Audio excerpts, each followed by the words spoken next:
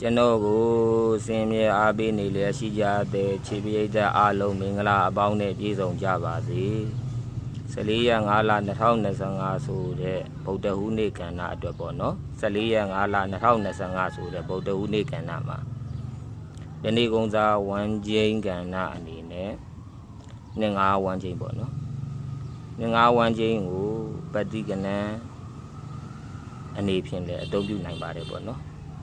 ပฏิကဏံအနေနဲ့ပေါ့နော်နှစ်ငါးဝမ်းချင်းမှာနှစ်ဆိုရင်10နှစ်9နှစ်3နှစ်ဒီ3ခွက်ပို့ထိုးပေါ့နော်တနေ့ကုန်းစားဝမ်းချင်းကဏ္ဍအနေနဲ့နှစ်ငါးဝမ်းချင်းပေါ့နော်10နှစ်9နှစ်3နှစ်နှစ်ဆိုရင်ဒီ3ခွက်ပို့ထိုးပေါ့နော်ငါးဆိုရင်ခွန်5ခွန်3ခွန်8ဒီ3ခွက်ပို့ထိုးပေါ့နော်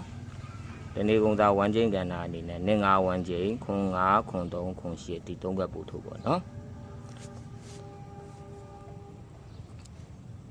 တဘောတရားကဏ္ဍအနေနဲ့ပြောပြရအောင်မယ်နော်ကဏ္ဍအစိမ့်ဆိုတာမထွက်သေးတဲ့ကဏ္ဍဒါကိုအစိမ့်ပေါ့နော်အဟောင်းဆိုတာထွက်ပြီးသားတဲ့ကအဟောင်းပေါ့နော်အဲ့တော့အစိမ့်တွေကရှင်းနေအဟောင်းတွေက93ရှင်းနေ93လေးလုံးပြီးပါပေါ့နော်ဒါကတော့ဗုဒ္ဓဟူးနေ့ကဏ္ဍအတွက်ပေါ့နော်ထူးခြားမှာကဗုဒ္ဓဟူးနဲ့ကြာတာပရိမှာပေါ့နော်ထူးခြားမှာကဗုဒ္ဓဟူးနဲ့ကြာတာပရိမှာတုံညာပြီး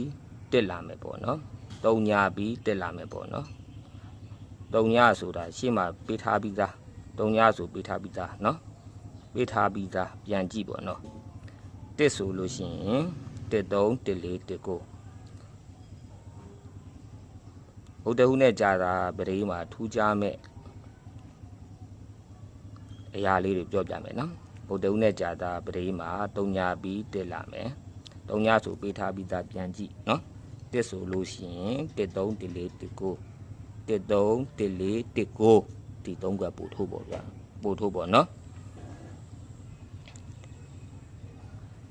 14ရက်5လ2025အတိတ်ကဝါသနာပါအတိတ်ကဝါသနာပါတဲ့ဝါသနာရှင်ချစ်ပြည့်တဲ့အားလုံးတွေပေါ့နော်14ရက်5လ2025ဆိုတဲ့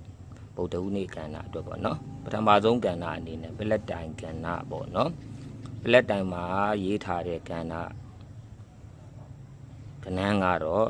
3နှစ်6 3ည3နှစ်6 3ညဒါကပလက်တိုင်ကဏ္ဍပထမကဏ္ဍပေါ့နော်ဒုတိယကဏ္ဍအနေနဲ့အတိတ်ကဝါသနာပါတဲ့ချစ်ပိဋကအားလုံးအတွက်ရေးထားတဲ့အတိတ်စာသားလေးကတော့60စာသားလိမ့်မယ်60